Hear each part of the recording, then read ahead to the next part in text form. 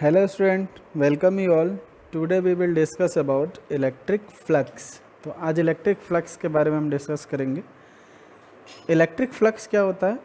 It is the total number of electric field lines passing through a surface normally और perpendicularly. किसी भी surface से कुल कितनी इलेक्ट्रिक फील्ड लाइंस पास हो रही हैं परपेंडिकुलर, सरफेस के परपेंडिकुलर या नॉर्मल, इसी को हम बोलते हैं इलेक्ट्रिक फ्लक्स. और इलेक्ट्रिक फ्लक्स जो है ये स्केलर क्वांटिटी है. इसका केवल और केवल मैग्नीट्यूड होता है और उसकी कोई डायरेक्शन नहीं होती. इलेक्ट्रिक फ्लक्स का जो रिप्रेजेंटेशन करते हैं हम वो फाई सिंबल से करते हैं. किसी भी सरफेस से पास होने वाला जो इलेक्ट्रिक फ्लक्स होता है वो इक्वल होता है product of electric field and area. जो इलेक्ट्रिक फील्ड है उसका कंपोनेंट एरिया वेक्टर के डायरेक्शन में कितना है और एरिया वेक्टर इन दोनों के प्रोडक्ट के इक्वल है. अगर कोई वेरी स्मॉल एरिया एलिमेंट है, कोई छोटा सा एरिया एलिमेंट है जिसका एरिया वेक्टर है ds और उससे पास होने वाला इलेक्ट्रिक फील्ड है अगर E, तो उस छोटे से एरिया एलिमेंट से पास होगा जो इलेक्ट्रिक फ्लक्स उसको हम रिप्रेजेंट करेंगे d फाई से और d फाई इक्वल्स होगा E डॉट ds. तो हमें पता ही है कि डॉट प्रोडक्ट जो है वो कॉस थीटा के टर्म में लिखा जाता है, तो ये हो जाएगा ई डी एस कॉस थीटा. लेकिन अगर बात करेंगे हम पूरे सरफेस से कितना फ्लक्स पास हो रहा है, तो पूरे सरफेस से जो टोटल फ्लक्स पास होगा वो होगा phi equals integral E dot S. अगर हम किसी क्लोज सरफेस की बात करेंगे तो हम लिखेंगे phi equals close integral E dot D S. लेकिन अगर कहीं पे इलेक्ट्रिक फील्ड का मैग्नीट्यूड कांस्टेंट है और एरिया वेक्टर भी कांस्टेंट है तो फाई इक्वल सिंपली हम इंटीग्रेशन वाला फार्मूला नहीं यूज करते हैं, सीधे सीधे लिख देते हैं हम E dot S. Vector E dot vector S मतलब ई एस कॉस थीटा. और इलेक्ट्रिक फ्लक्स की यूनिट क्या होगी? तो electric flux phi equals formula लिख रहे हैं हम E मल्टीप्लाइड बाई एस मतलब एरिया. इलेक्ट्रिक फील्ड की यूनिट हमें पता है न्यूटन पर कूलम्ब होती है और एरिया की यूनिट होती है मीटर स्क्वायर. तो फाइनली इलेक्ट्रिक फ्लक्स की यूनिट हो जाएगी newton metre square per coulomb. और इलेक्ट्रिक फ्लक्स एक स्केलर क्वांटिटी है, ये बात ध्यान रखनी है हमें. Let's discuss about electric flux in brief. Before we discussing electric flux we must know about area vector. तो इलेक्ट्रिक फ्लक्स के बारे में डिस्कस करने से पहले हमें एरिया वेक्टर के बारे में पता होना चाहिए. तो एरिया वेक्टर जिसको हम रिप्रेजेंट करते हैं वेक्टर एस से या वेक्टर ए से, तो एरिया एक वेक्टर क्वांटिटी है और इसकी जो डायरेक्शन होती है हमेशा परपेंडिकुलर टू द सरफेस होती है. जो भी सरफेस है उसके परपेंडिकुलर डायरेक्शन में. ऐसा नहीं है कि ये जो एरिया वेक्टर है इसको हम पहली बार पढ़ रहे हैं, हमने 11th क्लास में भी पढ़ा हुआ है. एक बार मैं रिकॉल करा दे रहा हूँ आपको कि कहाँ पे आपने पढ़ा हुआ है एरिया वेक्टर. जैसे हम पढ़ते थे क्रॉस प्रोडक्ट वेक्टर वाले चैप्टर में काइनेमेटिक्स यूनिट में, तो जब दो वेक्टर का क्रॉस प्रोडक्ट हम फाइंड आउट करते थे ए क्रॉस बी, तो उसका मैग्नीट्यूड लिखते थे हम A B sine theta. But ये वेक्टर के फॉर्म में लिखा है तो यहाँ भी राइट हैंड साइड का भी टर्म वेक्टर के फॉर्म में होना चाहिए और इसलिए हमने यहाँ पे यूनिट वेक्टर से मल्टीप्लाई कर दिया है. ये जो a क्रॉस b है इसका अगर हम मॉडुलस लिखें तो हम लिखते थे यहाँ पे एरिया ऑफ पैरेललोग्राम. तो अगर ये टर्म हमारा वेक्टर है तो ये टर्म भी हमारा वेक्टर होगा. एरिया ऑफ द पैरेललोग्राम क्या होगा? दो वेक्टर है हमारे पास, वेक्टर a और वेक्टर b. इन दोनों का एरिया, इन दोनों से बनने वाले पैरेललोग्राम का हमें एरिया फाइंड करना है. तो इन दोनों से पहले पैरेललोग्राम कंस्ट्रक्ट कर लेंगे. वेक्टर ए के पैरेलल एक लाइन ड्रॉ कर देंगे, वेक्टर बी के पैरेलल एक लाइन ड्रॉ कर देंगे. वेक्टर बी को रिजॉल्व कर देंगे कंपोनेंट में, तो ये बी का कंपोनेंट एक यहाँ पे हम परपेंडिकुलर ड्रॉ कर देंगे. अगर ये बी है तो ये बी साइन थीटा है. टिग्नोमेट्री में ये हमने पढ़ा हुआ है, बहुत सिंपल सी बात है इसको समझना कि ये बी साइन थीटा है. अगर बेस और परपेंडिकुलर इन दोनों का प्रोडक्ट लेते हैं तो ये बन जाएगा एरिया ऑफ पैरेललोग्राम. तो अगर हम E क्रॉस B फाइंड करते हैं तो हम इसको रिप्रेजेंट करेंगे A multiplied by B sine theta मतलब ये साइड लेंथ मल्टीप्लाइड बाय ये, बेस मल्टीप्लाइड बाय परपेंडिकुलर, और बेस मल्टीप्लाइड बाय परपेंडिकुलर, ये जो टोटल वैल्यू है ये रिप्रेजेंटेड है एरिया ऑफ पैरेललोग्राम। और साथ ही साथ जब हमने इसे डायरेक्शन से एन कैप से मल्टीप्लाई कर दिया तो ये टर्म कन्वर्ट हो गया वेक्टर में पूरा का पूरा, और ये एरिया वेक्टर के इक्वल है, एरिया ऑफ पैरेललोग्राम के इक्वल है, और यहाँ पे डायरेक्शन के साथ मल्टीप्लाई हो रहा है, मतलब एरिया जो है वेक्टर क्वांटिटी है। तो ये हमने 11th में पढ़ लिया ऑलरेडी। अब एरिया अगर वेक्टर क्वांटिटी है तो इसकी डायरेक्शन क्या होगी, तो क्रॉस प्रोडक्ट का रूल हमें पता है कि अगर ए जो है आई कैप के डायरेक्शन में है, ये जे कैप है, तो रिजल्टेंट वेक्टर जो होगा वो हमारा के कैप के डायरेक्शन में होगा। आई कैप, जे कैप, के कैप क्या है ये भी पता है हमें कि आई कैप यूनिट वेक्टर है एक्स एक्सिस पे, जे कैप यूनिट वेक्टर है वाई एक्सिस पे, और के कैप यूनिट वेक्टर है जेड एक्सिस पे। तो अगर हमारे ए और बी दोनों एक प्लेन में है तो जो रिजल्टेंट होगा, मतलब जो एरिया होगा, एरिया वेक्टर जो होगा यहाँ पे क्रॉस प्रोडक्ट का, वो होगा हमेशा परपेंडिकुलर डायरेक्शन में, मतलब के कैप के डायरेक्शन में। तो अगर ये कोई सरफेस है, पैरेललोग्राम है या किसी भी टाइप का सरफेस है, अगर इसके एरिया वेक्टर की बात की जाएगी तो इसका वेक्टर जो होगा, एरिया वेक्टर हमेशा ही सरफेस के परपेंडिकुलर होगा। तो कोई भी 2 डायमेंशनल बॉडी है, अगर मैं पूछूं कि इसका एरिया वेक्टर कितना होगा और किस डायरेक्शन में होगा, तो एरिया वेक्टर का मैग्नीट्यूड अगर इसको मैं स्क्वायर कंसीडर कर लूँ तो ये ए स्क्वायर हो जाएगा, और इसकी डायरेक्शन क्या हो जाएगी, परपेंडिकुलर टू द सरफेस। या तो सरफेस से ऐसे बाहर आते हुए या फिर अंदर जाते हुए, दोनों में से कोई भी एक डायरेक्शन है, दोनों में से कोई भी एक डायरेक्शन हम ले सकते हैं अगर ये 2 डायमेंशनल बॉडी है तो। और वैसे ही सेम रेक्टेंगल हुआ या पैरेललोग्राम हुआ या कोई भी ज्योमेट्री होगी तो एरिया का जो हम फॉर्मूला पढ़ते आ रहे हैं वही फॉर्मूला अप्लाई करेंगे, लेकिन जो डायरेक्शन होगी हमेशा सरफेस के परपेंडिकुलर होगी, या तो ऐसे बाहर की तरफ आउटवर्ड या फिर अंदर की तरफ। केवल यहीं पे हमने एरिया वेक्टर नहीं पढ़ा था, और भी पढ़ा हुआ हमने, ग्रेविटेशन वाले चैप्टर में भी था ये कॉन्सेप्ट एरिया वेक्टर का, बट एक्चुअल में 11th क्लास में एरिया वेक्टर के डायरेक्शन को जानने की ज़रूरत नहीं थी कहीं, तो इसीलिए हमें यहाँ पे थोड़ा ये नया से लग रहा कि एरिया वेक्टर की डायरेक्शन क्या होगी। यहाँ इलेक्ट्रिक फ्लक्स टॉपिक पढ़ने में हमें एरिया वेक्टर की डायरेक्शन की ज़रूरत पड़ेगी, बिकॉज इलेक्ट्रिक फ्लक्स का जो हम फॉर्मूला लिखते हैं phi equals E dot D S या ई डॉट एस, मतलब E D S cos theta, तो वहाँ पे हमें इलेक्ट्रिक फील्ड और एरिया वेक्टर दोनों के एंगल जानने की ज़रूरत पड़ती है कि उन दोनों फिजिकल क्वांटिटी के बीच का एंगल क्या है, तो इसलिए एरिया वेक्टर के डायरेक्शन को समझने की ज़रूरत है हमें। तो एरिया वेक्टर का सेकंड एग्जांपल जो हम ऑलरेडी डिस्कस कर चुके हैं 11th क्लास में। 11th क्लास में जब हम केपलर्स लॉ पढ़ते हैं तो वहाँ पे लिखते हैं हम एरियल वेलोसिटी। तो एरियल वेलोसिटी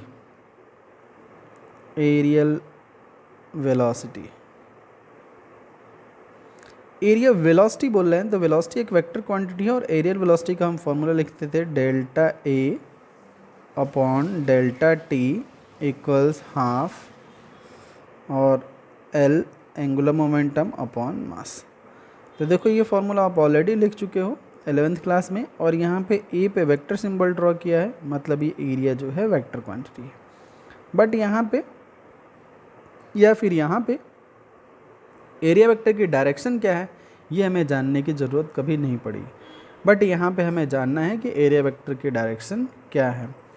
तो एरिया वेक्टर की डायरेक्शन हमने समझ लिया कि कोई भी अगर 2 डायमेंशनल बॉडी है, कोई लैमिना है, कोई प्लेन है, अगर हम उसके एरिया वेक्टर की बात करेंगे तो उसका एरिया वेक्टर जो होगा हमेशा ही सरफेस के परपेंडिकुलर होगा, इस रूल के अकॉर्डिंग, क्रॉस प्रोडक्ट के अकॉर्डिंग। सरफेस के परपेंडिकुलर या तो इनवर्ड होगा या तो आउटवर्ड होगा, या तो बाहर की तरफ होगा या फिर अंदर की तरफ होगा। अब किसी क्लोज बॉडी के लिए हम एरिया वेक्टर के बारे में डिस्कशन करेंगे कि किसी भी क्लोज वेक्टर का जो एरिया वेक्टर है वो किस डायरेक्शन में होता है। तो हमने कंसीडर कर लिया कि एक क्यूब है जो कि क्लोज बॉडी है, इसके एरिया वेक्टर के डायरेक्शन के बारे में हम डिस्कस कर रहे हैं। तो किसी भी क्लोज बॉडी का एरिया वेक्टर जो होगा हमेशा ही सरफेस के परपेंडिकुलर होता है और वो बाहर की तरफ होता है। तो जैसे इस फेस के एरिया वेक्टर की हम बात करें तो ये इस डायरेक्शन में होगा, एरिया वेक्टर का रिप्रेजेंटेशन हम या तो वेक्टर एस से कर सकते हैं या फिर हम वेक्टर ए से कर सकते हैं। सेम ऐसे अगर इस फेस के हम एरिया वेक्टर की बात करें तो इस डायरेक्शन में होगा बाहर की तरफ। किसी भी फेस के लिए जैसे मान लें ये सबसे सामने वाले फेस की बात करें तो इसका एरिया वेक्टर भी होगा ऐसे बाहर की तरफ। तो ये एरिया वेक्टर की डायरेक्शन किसी भी क्लोज सरफेस के लिए हमेशा ही सरफेस से बाहर की तरफ होती है, आउटवर्ड डायरेक्शन में। ये कन्वेंशन हम अडॉप्ट करते हैं। अब जैसे ये कोई स्फेयर है, इसका ये रेडियस वेक्टर है, तो इसका जो एरिया वेक्टर होगा ये हमेशा रेडियस वेक्टर की डायरेक्शन में होगा, मतलब बाहर की तरफ होगा, आउटवर्ड डायरेक्शन में होगा। ऐसा क्यों है, इसको समझना बहुत आसान है। जैसे सपोज कर लो अगर ये एरिया अगर हम लिखें किसी स्फेयर का तो फॉर्मूला लिखते हैं हम 4πr²। अगर मैं इस इक्वेशन को वेक्टर फॉर्म में लिखूं तो एरिया जो कि वेक्टर है 4πr², ये इनमें से कोई भी टर्म ये वेक्टर के फॉर्म में नहीं लिखा है, तो यहाँ पे हम वेक्टर के फॉर्म में कन्वर्ट करने के लिए इसको मल्टीप्लाई कर देंगे आर कैप से। तो वेक्टर ए इक्वल्स हो जाएगा, आर कैप की वैल्यू पुट कर देंगे तो ये हो जाएगा 4πr², vector are upon are, ये आ जाएगा। तो अब यहाँ पे हम देख रहे हैं कि जैसे कोई वेक्टर ए लिखा हुआ है और यहाँ पे वेक्टर आर लिखा हुआ है और यहाँ पे कोई नेगेटिव सिंबल नहीं है, तो इसका मतलब जो इस वेक्टर की डायरेक्शन होगी वही इस वेक्टर की डायरेक्शन होगी, या जो इस वेक्टर की डायरेक्शन होगी वही इस वेक्टर की डायरेक्शन होगी। मतलब एरिया वेक्टर जो होगा वो हमेशा रेडियस वेक्टर की डायरेक्शन में होगा। तो स्फेयर का रेडियस वेक्टर हमेशा ही सेंटर से ऐसे बाहर की तरफ होता है, रेडियस जो है हमेशा बाहर की तरफ होती है, आउटवर्ड डायरेक्शन में। तो यहाँ पे सरफेस एरिया भी होगा, जो एरिया वेक्टर होगा ये भी हमेशा बाहर की तरफ होगा।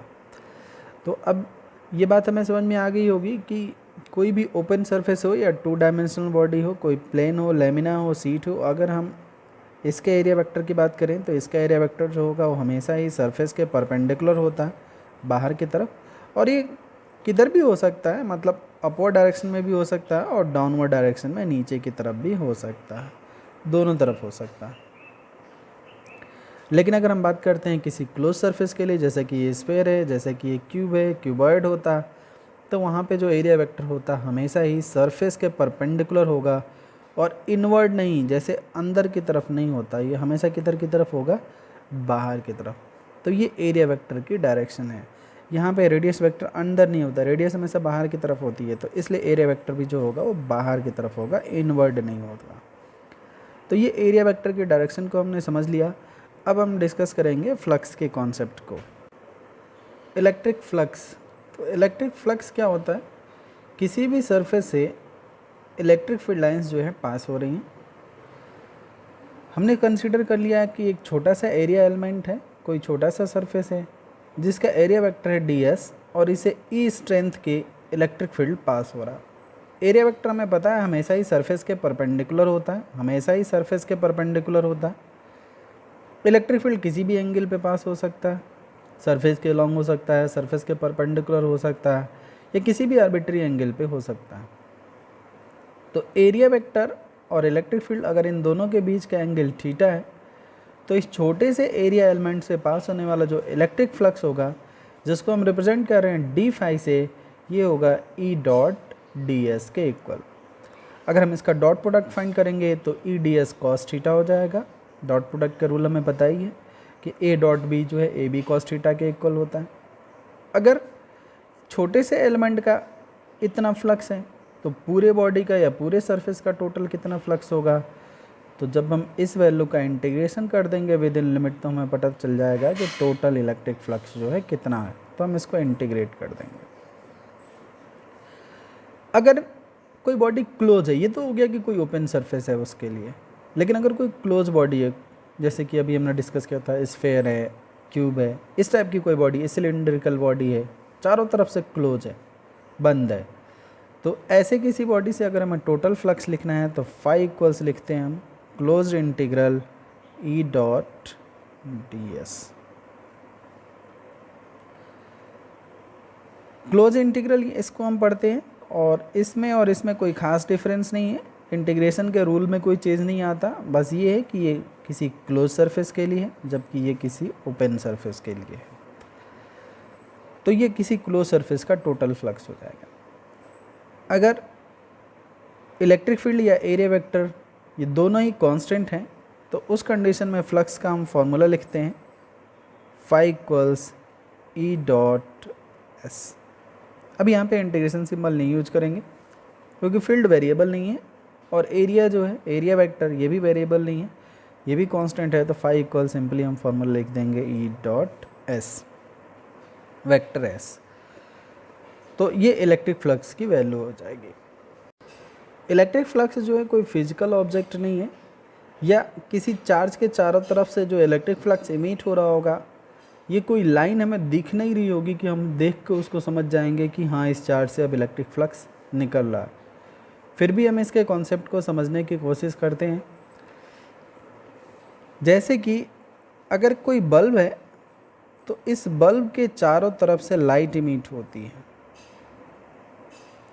आप एज्यूम कर लो कि एक बल्ब है जो 360 डिग्री पे लाइट इमिट कर रहा है, मतलब बल्ब के चारों तरफ, बल्ब के चारों तरफ का मतलब क्या हो गया कि एक स्फेरिकल बल्ब हो गया और उस स्फेरिकल बल्ब के चारों तरफ लाइट इमिट है। पॉसिबल है ऐसा या नहीं है वो मैटर नहीं है, बस हम इमेजिन कर लो कि एक बल्ब है जो हर तरफ से लाइट इमिट कर रहा।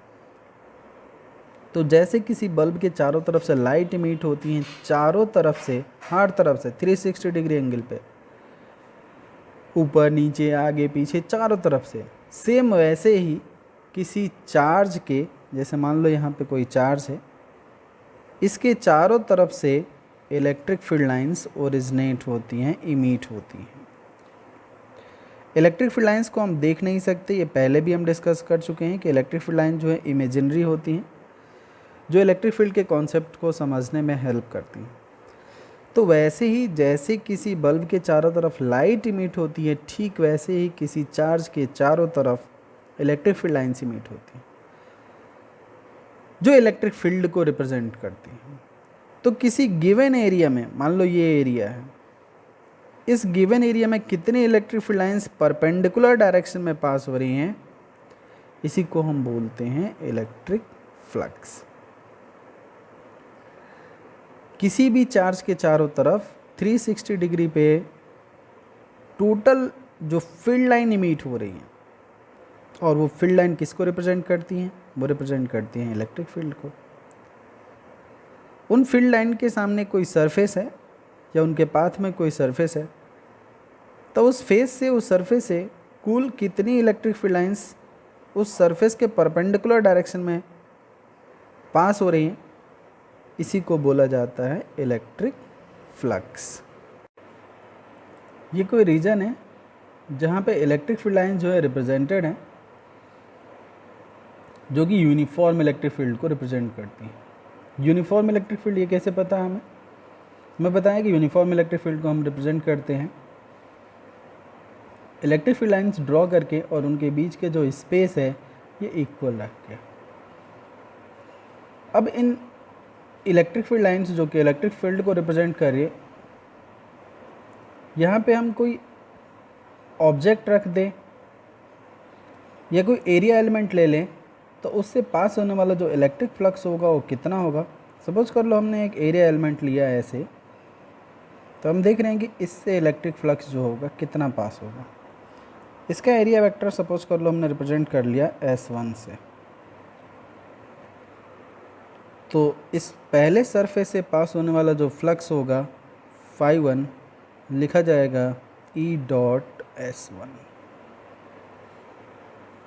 अगर मान लो कोई सरफेस हम यहाँ पे ले लें,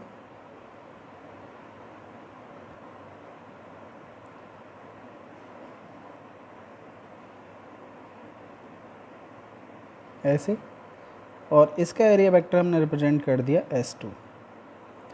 इलेक्ट्रिक फील्ड दोनों के लिए कांस्टेंट है, यूनिफॉर्म फील्ड रिप्रेजेंट कर रखा है हमने, तो इलेक्ट्रिक फील्ड दोनों के लिए कांस्टेंट है। तो इसके लिए जो फ्लक्स होगा वो हम लिखेंगे φ2 इक्वल्स E डॉट S2। अब बात ये है कि φ1 और φ2 इन दोनों में से कौन सा ज़्यादा है, तो जब इलेक्ट्रिक फील्ड की वैल्यू कांस्टेंट होगी तो जो फ्लक्स होगा वो एरिया वेक्टर पर डिपेंडेंट होगा। जब इलेक्ट्रिक फील्ड की वैल्यू कांस्टेंट होगी तो जो फ्लक्स होगा वो एरिया वेक्टर पे डिपेंडेंट होगा। हाँ, बट ये बात ध्यान रखनी हमें कि जब इलेक्ट्रिक फील्ड कांस्टेंट होगा तभी ऐसा होगा, अदरवाइज़ नहीं। अगर हमें इलेक्ट्रिक फील्ड के बारे में नहीं पता कि इलेक्ट्रिक फील्ड कांस्टेंट है या नहीं है, तो हम ये नहीं कह सकते कि वो एरिया वेक्टर पर डिपेंडेंट होगा, या एरिया वेक्टर के इंक्रीज करने से फील्ड बढ़ेगा या कम होगा। तो अगर यहाँ पे इलेक्ट्रिक फील्ड कांस्टेंट है तो फ्लक्स जो होगा एरिया वेक्टर पर डिपेंडेंट होगा।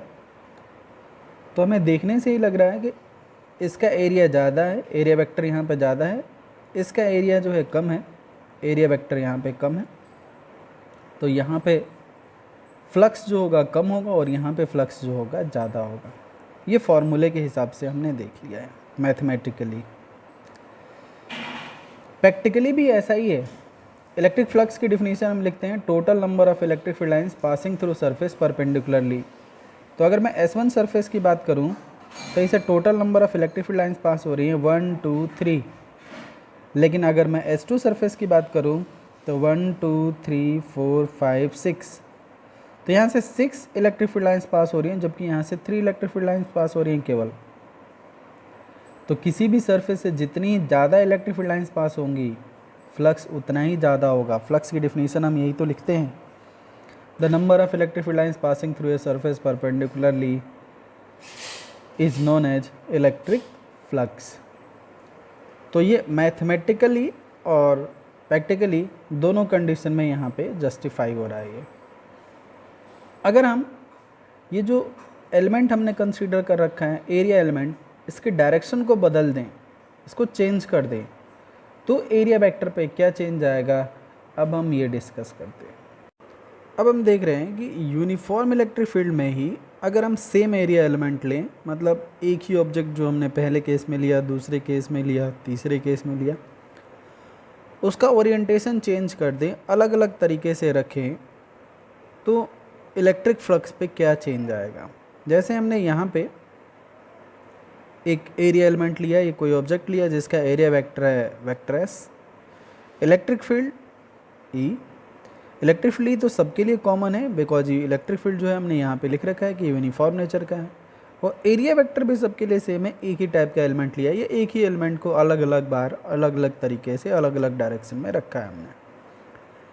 तो ई और एस दोनों का मैग्नीट्यूड दोनों के लिए सेम है। बट इस केस में देखिए हम, तो एक 2 डायमेंशनल एलिमेंट है। 2 डायमेंशनल एलिमेंट का एरिया वेक्टर हमेशा ही सरफेस के परपेंडिकुलर होता है। तो सरफेस के परपेंडिकुलर मतलब इधर राइट हैंड साइड में होगा या फिर लेफ्ट हैंड साइड में होगा। हमने यहाँ पे लेफ्ट हैंड साइड में राइट हैंड साइड में इसे कंसिडर कर रखा है। तो एरिया वेक्टर और ई इलेक्ट्रिक फील्ड दोनों सेम डायरेक्शन में है। तो इस फर्स्ट केस का जो इलेक्ट्रिक फ्लक्स होगा, पहले केस में ये φ1 इक्वल्स हो जाएगा ई डॉट एस, और दोनों सेम डायरेक्शन में हैं इलेक्ट्रिक फील्ड और एरिया वेक्टर, तो ये हो जाएगा ई एस कॉस, दोनों के बीच का एंगल 0 है तो ये हो जाएगा cos 0, सेम डायरेक्शन में है तो एंगल 0 हुआ तो ये हो जाएगा ई एस। अब सेकंड वाले केस को हम देखें। ये जो हमारा एरिया एलिमेंट था या जो ऑब्जेक्ट था उसको हमने स्लाइटली टिल्टेड कर दिया, उसको हमने टेढ़ा कर दिया। जब हम टेढ़ा कर देंगे तो एरिया वेक्टर जो होगा, जो कि सरफेस के हमेशा परपेंडिकुलर है इस डायरेक्शन में, ये भी टिल्टेड हो जाएगा, चेंज हो जाएगा, इसके डायरेक्शन में वेरिएशन आ जाएगा। एरिया वेक्टर हमेशा सरफेस के परपेंडिकुलर होता है, हमेशा ही ऐसे। तो जब हम इस प्लेन को चेंज कर देंगे, इस एलिमेंट के ओरिएंटेशन को चेंज कर देंगे, तो एरिया वेक्टर की डायरेक्शन भी चेंज हो जाएगी, बट फील्ड को हमने चेंज नहीं किया है। इस समय एरिया वेक्टर जो है, जो कि सरफेस के परपेंडिकुलर होता है, वो इस डायरेक्शन में है और इलेक्ट्रिक फील्ड इस डायरेक्शन में है। दोनों के बीच का एंगल थीटा है। तो सेकेंड केस में अगर हम बात करें कि टोटल कितना फ्लक्स पास होगा, तो φ2 से रिप्रेजेंट कर हम इसे, और ये होगा ई डॉट एस, का मतलब हो जाएगा ई एस, दोनों के बीच का एंगल है थीटा, तो कॉस थीटा। अब थीटा की जो भी वैल्यू हो उसके अकॉर्डिंग यहाँ पे आंसर आ जाएगा। लेकिन अगर हम तीसरे केस की बात करें, तीसरे केस को हमने ऐसे रखा है इस तरीके से, इलेक्ट्रिक फील्ड लाइन जो है ऐसे पास हो रही है पेपर के प्लेन में, ऐसे पास हो रही है पेपर के प्लेन में इस डायरेक्शन में, और एरिया वेक्टर जो है इस एरिया एलिमेंट का वो सरफेस के परपेंडिकुलर है ऐसे। तो इलेक्ट्रिक फील्ड लाइन्स ऐसे, एरिया वेक्टर ऐसे, दोनों के बीच का जो एंगल हो गया यहाँ पे 90 डिग्री हो गया।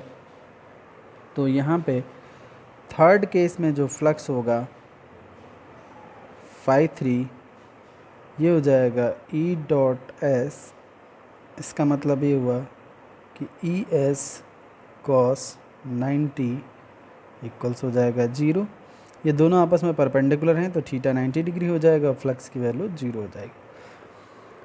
तो यहाँ पे हमें एक बात समझ में ये आती है कि भले ही इलेक्ट्रिक फील्ड और एरिया वेक्टर की वैल्यू सेम हो, दोनों का मैग्नीट्यूड सेम हो, फिर भी अगर इन दोनों के बीच में एंगल चेंज होता है तो फ्लक्स का जो अमाउंट होगा वो चेंज हो जाएगा। अगर हम फ्लक्स मैक्सिमम की बात करें तो मैक्सिमम फ्लक्स कितना होगा? जब E और S दोनों के बीच का एंगल 0 है तो ये मैक्सिमम वैल्यू होगी, तो ये मैक्सिमम वैल्यू है। जब थीटा की वैल्यू 0 हमें मिली, कॉस थीटा की वैल्यू 0 डिग्री मिली, कॉस थीटा नहीं, थीटा की वैल्यू हमें 0 डिग्री मिली तो कॉस 0 की वैल्यू हो जाएगी 1। जब थीटा की वैल्यू में 90 डिग्री मिली मतलब कॉस 90, तो कॉस 90 की वैल्यू 0 है तो फ्लक्स 0 हो गया, मतलब इस समय जो फ्लक्स मिला हमें मिनिमम मिला। अब थीटा की कोई भी वैल्यू हम ले 0 से लेके 90 के बीच में, तो जो वैल्यू होगी हमेशा 0 से लेके और 1 तक के बीच में होगी, मॉडरेट वैल्यू होगी, तो यहाँ पे जो फ्लक्स मिलेगा वो मॉडरेट होगा, मतलब मैक्सिमम से मिनिमम के बीच में होगा। तो सेम इलेक्ट्रिक फील्ड में अगर किसी एलिमेंट को, 2 डायमेंशनल एलिमेंट को, किसी ऑब्जेक्ट को अलग अलग एंगल पे हम उसका ओरिएंटेशन चेंज करेंगे, रोटेट कर देंगे उसे, तो इलेक्ट्रिक फ्लक्स का अमाउंट जो है चेंज हो जाएगा। एक्चुअल में इलेक्ट्रिक फ्लक्स जो है वो इलेक्ट्रिक फील्ड लाइंस का वो नंबर है या ऐसी इलेक्ट्रिक फील्ड लाइंस का नंबर है जो उस सरफेस को पेनिट्रेट करके बाहर जा रही है, उसके परपेंडिकुलर डायरेक्शन में बाहर जा रही है। जैसे इस फेस की अगर हम बात करें तो फील्ड लाइन सरफेस के अलोंग पास हो जा रही है, बट सरफेस के परपेंडिकुलर नहीं पास हो रही, उसको पेनिट्रेट करके बाहर नहीं जा रही है, तो इसीलिए यहाँ पे इलेक्ट्रिक फ्लक्स की वैल्यू जो है 0 आ जा रही है। यहाँ पे कुछ ही फील्ड लाइन्स है जो पेनिट्रेट करके बाहर जा रही हैं, जबकि यहाँ पे maximum number of field lines है जो पेनिट्रेट करके बाहर जा रही हैं, इसीलिए यहाँ पे इलेक्ट्रिक फ्लक्स मैक्सिमम है, यहाँ पे इलेक्ट्रिक फ्लक्स जो है मॉडरेट है, और यहाँ पे इलेक्ट्रिक फ्लक्स की वैल्यू जो है 0 है। वो हमें यहाँ इस एक्सप्रेशन में भी दिख रहा है। अभी हमने डिस्कस किया था कि जो इलेक्ट्रिक फ्लक्स है ये कुछ वैसा ही है जैसा कि किसी बल्ब के चारों तरफ से लाइट इमिट होती है। ठीक वैसे ही अगर कहीं कोई चार्ज रखा है तो उसके चारों तरफ से फील्ड लाइंस इमिट होती हैं, और वही फील्ड लाइंस किसी सरफेस के परपेंडिकुलरली कितने अमाउंट में पास होती हैं उसी को हम बोलते हैं इलेक्ट्रिक फ्लक्स। और ये जो इलेक्ट्रिक फ्लक्स है वो अमाउंट ऑफ इलेक्ट्रिक फील्ड, मतलब इलेक्ट्रिक फील्ड की स्ट्रेंथ और एरिया वेक्टर, इन दोनों के प्रोडक्ट, साथ ही साथ इन दोनों के बीच का जो एंगल है उसके कोसाइन पे, कॉस थीटा पे भी चेंज आता है। तो अगर हम एंगल को चेंज कर देते हैं तो इलेक्ट्रिक फ्लक्स के अमाउंट में क्यों चेंज आ जाता है? भले ही एरिया और इलेक्ट्रिक फील्ड की स्ट्रेंथ दोनों सेम हो, मतलब एक ही एलिमेंट हो और इलेक्ट्रिक फील्ड की वैल्यू भी कांस्टेंट हो, फिक्स हो, फिर भी अगर हम एरिया एलिमेंट के ऑब्जेक्ट के ओरिएंटेशन को अगर हम चेंज कर देते हैं तो इलेक्ट्रिक फ्लक्स का जो अमाउंट है वो भी चेंज हो जाता है। इस बात को समझना बहुत आसान है, हम एक सिंपल सी एक्टिविटी है उसकी हेल्प से इसे हम समझ रहे हैं। जो लाइट का इमिशन है उसको हम समझ रहे हैं कि किसी चार्ज से इमिट होने वाला इलेक्ट्रिक फील्ड लाइन्स है, और वो इलेक्ट्रिक फील्ड लाइन जब किसी होल से पास होता है तो होल के ओरिएंटेशन के चेंज होने की वजह से इलेक्ट्रिक फ्लक्स के अमाउंट में कैसे चेंज आ जाता है, लाइट के अमाउंट में कैसे चेंज आ जाता है, इसको हम समझ के ये समझ सकते हैं कि इलेक्ट्रिक फ्लक्स जो है कैसे किसी सरफेस से इमिट होता है। जैसे कि ये एक ओपनिंग है, एक की है जिसमें एक ओपनिंग है, यहाँ पे लाइट का कोई सोर्स है, और लाइट के सोर्स से अगर आप देखो तो इमेज जो है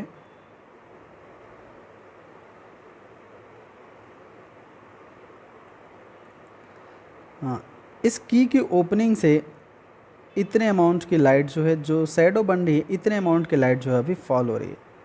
अब जैसे ही मैं की को रोटेट करूँगा, अब देखो लाइट का जो अमाउंट है वो चेंज होने लगेगा।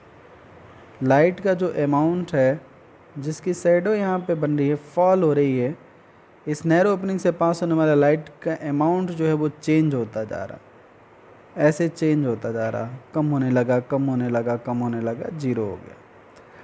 फिर फर्दर अगर हम रोटेट करेंगे तो फिर से जो लाइट पास हो रही थी उस होल से, ओपनिंग से, ये चेंज होने लगी, जो यहाँ शैडो में बन रहा।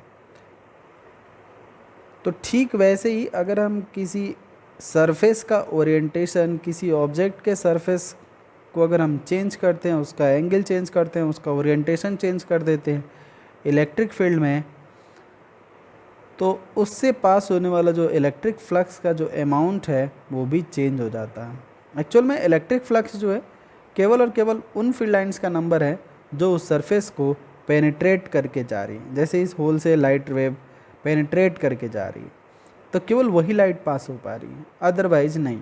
इस ओपनिंग से जो पास हो जा रही है, जो उसको पेनिट्रेट करके चली जा रही है, केवल वही पास हो रही है।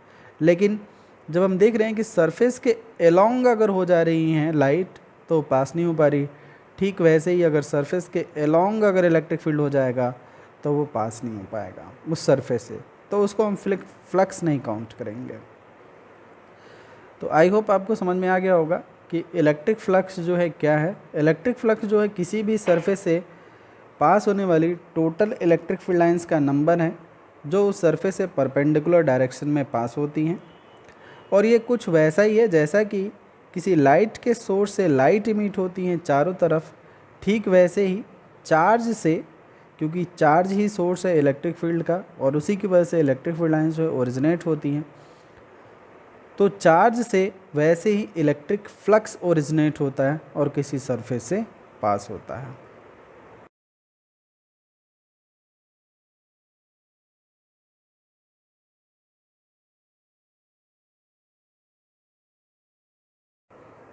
Numerical problem number 17. An electric field is uniform and in positive x direction for positive x and uniform with same magnitude but in negative x direction for negative x. It is given that E equals 200 I cap Newton per coulomb for x more than 0, it means x is positive, and E equals minus k 200 I cap Newton per coulomb for x less than 0, it means negative x axis. The right circular cylinder of length 20 cm and of radius 5 cm has its center at the origin and its axis along the x-axis so that one face is at plus 10 cm and the other is at minus 10 cm as shown in the figure. What is the net outward flux through each flat face? तो जैसा question में given है और diagram बना हुआ है, तो उसके अकॉर्डिंग क्वेश्चन में गिवन है कि किसी रीजन में इलेक्ट्रिक फील्ड की वैल्यू कांस्टेंट है, यूनिफॉर्म है, और कोई सिलेंड्रिकल रीजन दिया हुआ है। सिलेंडर की लेंथ गिवन है 20 सेंटीमीटर और इसकी रेडियस जो दी हुई है वो दी हुई है 5 सेंटीमीटर। इलेक्ट्रिक फील्ड की वैल्यू जो है वो नेगेटिव एक्स एक्सिस पे भी है और पॉजिटिव एक्स एक्सिस पे भी है। दोनों की वैल्यू दे रखी है, एक की वैल्यू है माइनस के 200 आई कैप और दूसरी की वैल्यू दे रखी है यहाँ पे प्लस के 200 आई कैप। ये भी बोला हुआ है कि सिलेंडर का जो एक फेस है वो -10 पे है और दूसरा फेस जो है +10 पे है, मतलब ओरिजिन जो है सेंटर में है। ऐसे वाई एक्सिस हो गया और ऐसे हो गया एक्स एक्सिस। अब हमें फाइंड करना है कि सिलेंडर के हर एक फ्लैट फेस से टोटल फ्लक्स जो है कितना पास होगा।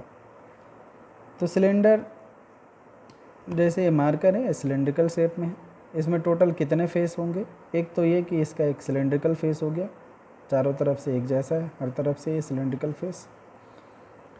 दूसरा ये ऊपर का टॉप फ्लैट फेस हो गया, ये ऊपर वाला, और ठीक ऐसे ही बॉटम का फ्लैट फेस। तो टोटल सिलेंड्रिकल बॉडी में 3 फेस होते हैं, एक ये फेस, एक ये फ्लैट फेस और तीसरा ये कर्व फेस।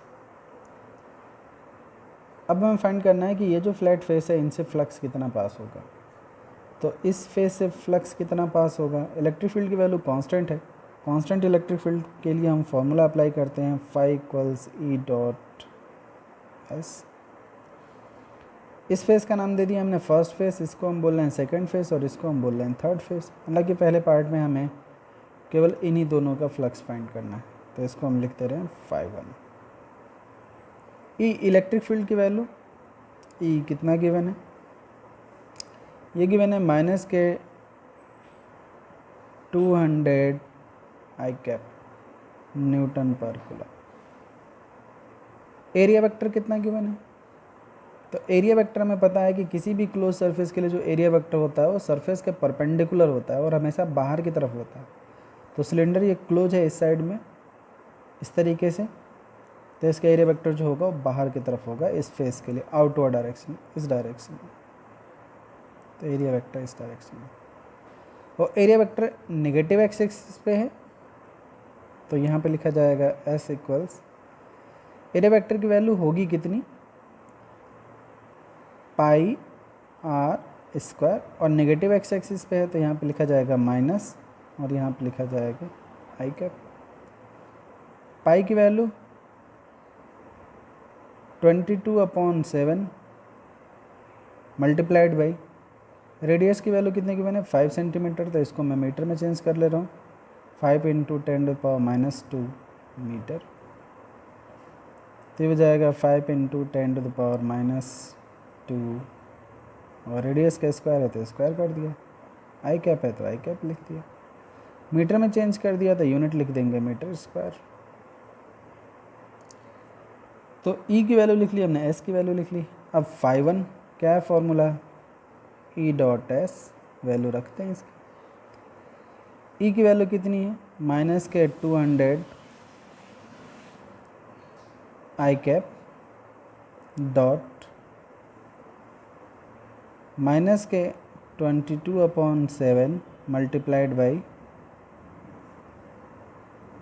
5 × 10⁻⁻2 स्क्वायर है वैल्यू तो स्क्वायर कर दिया, और ये जो है ये भी आई कैप के डायरेक्शन में है। और ये माइनस साइन क्यों लगाया था हमने, क्योंकि एरिया वेक्टर जो है नेगेटिव एक्स एक्सिस पे आ रहा है इस फेस के लिए।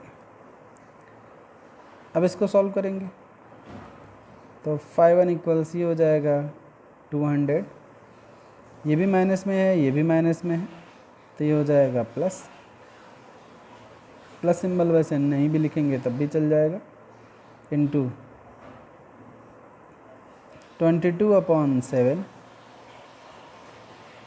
इंटू 5 का स्क्वायर 25 इंटू 10⁻⁻4, और यहाँ बचा आई डॉट आई, तो आई डॉट आई की वैल्यू 1 होती है, पता है हमें, पढ़ चुके हैं हम 11th क्लास में, और ये वैल्यू पॉजिटिव हो गई तो फाई की ये वैल्यू आ गई। यूनिट की अगर बात करेंगे तो सब कुछ हमने एसआई में रखा है, तो एसआई में यूनिट आएगी, तो एसआई में यूनिट हो जाएगी फ्लक्स की न्यूटन मीटर स्क्वायर पर कूलम, φ1 की वैल्यू होगी। तो φ1 इक्वल्स, अगर हम इसको सॉल्व करेंगे तो ये आ जाएगा 1.57 न्यूटन मीटर स्क्वायर पर कूलम, ये φ1 की वैल्यू होगी। सेम ऐसे ही क्वेश्चन के इसी पार्ट में, फर्स्ट पार्ट में ही φ2 की वैल्यू पूछा है, अगेन वही फॉर्मूला लगेगा ई डॉट एस। ये फॉर्मूला क्यों लग रहा, क्योंकि क्वेश्चन में बोला है कि इलेक्ट्रिक फील्ड जो है यूनिफॉर्म है throughout the region, but direction अलग अलग है, ओरिजिन के लेफ्ट में है, लेफ्ट हैंड साइड में है, ओरिजिन के राइट में है, राइट हैंड साइड में है डायरेक्शन। ये वैल्यू माइनस के 200 आई कैप है, ये वैल्यू जो है प्लस के 200 आई कैप, ये डिफरेंस है। अब ई की वैल्यू कितनी गिवन है, तो यहाँ पे गिवन है 200 आई कैप, तो रख देंगे यहाँ पे 200 आई कैप, वेक्टर ई की वैल्यू है 200 आई कैप न्यूटन पर कूलम। एरिया वेक्टर की वैल्यू, सिलेंडर है यूनिफॉर्म थिकनेस का है, तो जितना एरिया इस फेस का होगा उतना ही इस फेस का एरिया होगा, तो इस फेस का एरिया हमने क्या लिख रखा है,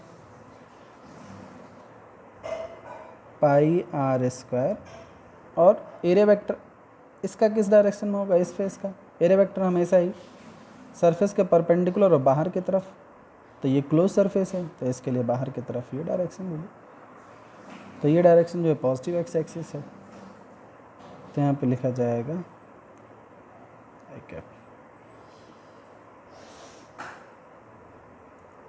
अब वैल्यू पुट करा दे रहे हैं इसकी। पाई मतलब हो गया 22/7 और रेडियस मतलब वही 5 × 10⁻², 5 × 10⁻², इसका स्क्वायर कर दिया आई कैप। वैल्यू पुट करा दे रहे हैं यहाँ पे, तो 5/2 इक्वल्स हो जाएगा 200 आई कैप डॉट 22/7 5 × 10⁻² स्क्वायर आई कैप। इसको सिंप्लीफाई कर रहे हैं तो 5/2 इक्वल्स 200 × 22/7 इंटू ये स्क्वायर कर देंगे तो हो जाएगा 25 × 10⁻⁻4 और अगेन आई डॉट आई, तो आई डॉट आई की वैल्यू 1 होती है। इसको भी सॉल्व करेंगे, सेम यही वैल्यू आ रही है, तो ये भी आ जाएगा 1.57 न्यूटन मीटर स्क्वायर पर कूलम। तो फर्स्ट पार्ट जो है सॉल्व हो गया। क्वेश्चन में जैसे जैसे गिवन था वैसे वैसे हमने वैल्यू पुट की फॉर्मूले में और फिर सॉल्व कर लिया। क्वेश्चन बोला था कि यूनिफॉर्म फील्ड है, फील्ड की direction left hand side face के लिए अलग है, राइट हैंड साइड फेस के लिए अलग है। फेस का एरिया पता कर लिया, फील्ड की वैल्यू गिवन थी, एरिया को कैलकुलेट करके वेक्टर के फॉर्म में लिख लिया, यहाँ भी एरिया को कैलकुलेट करके वेक्टर के फॉर्म में लिख लिया। डायरेक्शन के साथ अगर पॉजिटिव एक्स एक्सिस पे है तो पॉजिटिव के साथ लिखा, ये नेगेटिव एक्स एक्सिस पे है तो नेगेटिव साइन के साथ लिखा हमने। फिर डॉट प्रोडक्ट फाइंड कर लिया इस फार्मूले के हिसाब से, तो हमें पता चल जाएगा कि फ्लक्स की वैल्यू कितनी। तो ये फ्लक्स की वैल्यू पहले केस में है, पहले फ्लैट फेस के लिए, ये सेकंड फ्लैट फेस के लिए। अब क्वेश्चन के बी पार्ट में, क्वेश्चन के बी पार्ट जो है उसमें लिखा हुआ है कि what is the flux through side of the cylinder. तो ये जो सिलेंडर का साइड है जो कर्व्ड फेस है, इसके थ्रू कितना फ्लक्स पास हो रहा होगा, तो इसको कैसे फाइंड करेंगे। इसको हमने नाम दिया थर्ड फेस। ये थर्ड फेस जो है यहाँ पे भी हम नाम दे सकते हैं, यहाँ भी दे सकते हैं, कहीं भी दे सकते हैं, तो हमने यहाँ पे लिख दिया। अब फ्लक्स कहीं भी फाइंड करना है तो ई डॉट डी एस, यही फॉर्मूला लगेगा, ई डॉट एस। तो इलेक्ट्रिक फील्ड तो यहाँ पता ही है, ओरिजिन के लेफ्ट हैंड साइड में, ओरिजिन के राइट हैंड साइड में ये पॉइंट हमने रिप्रेजेंट किया, लेफ्ट में भी कर सकते हैं। तो इलेक्ट्रिक फील्ड इस डायरेक्शन में है, राइट हैंड साइड में। एरिया वेक्टर कर्व्ड फेस पे हमेशा ही सरफेस के परपेंडिकुलर होगा, किसी भी सरफेस पे हमेशा सरफेस के परपेंडिकुलर होता है एरिया वेक्टर, और बाहर की तरफ होता है क्लोज सरफेस के लिए, तो ये बाहर की तरफ होगा। जैसे ये कर्व्ड फेस है पेन का, तो इसका एरिया वेक्टर क्या होगा, ऐसे ऊपर की तरफ, बाहर की तरफ, तो वैसे यहाँ पे भी होगा। ई और एस दोनों परपेंडिकुलर हैं, तो दोनों के बीच का एंगल हो गया 90 डिग्री।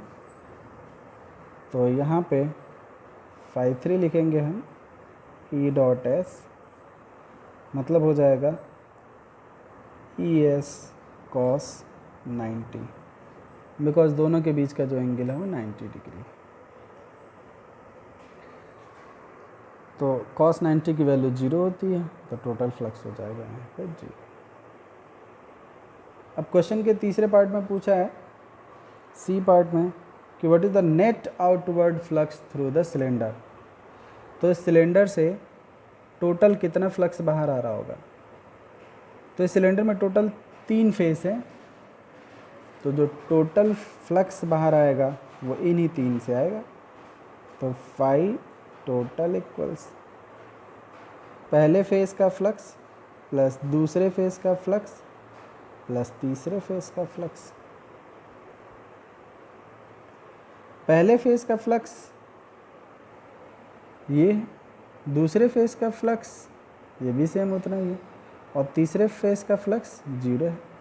तो 1.57 पहले और दूसरे के लिए, 1.57 प्लस 1.57 और प्लस 0, तो ये हो जाएगा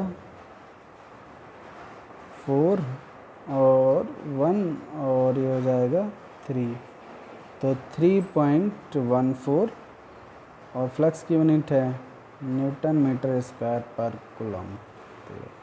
और फ्लक्स स्केलर क्वांटिटी हम पढ़ चुके हैं, तो यहाँ पर डायरेक्शन का कोई सेंस ही नहीं है। तो फाइनली ये क्वेश्चन जो है सॉल्व हो गया।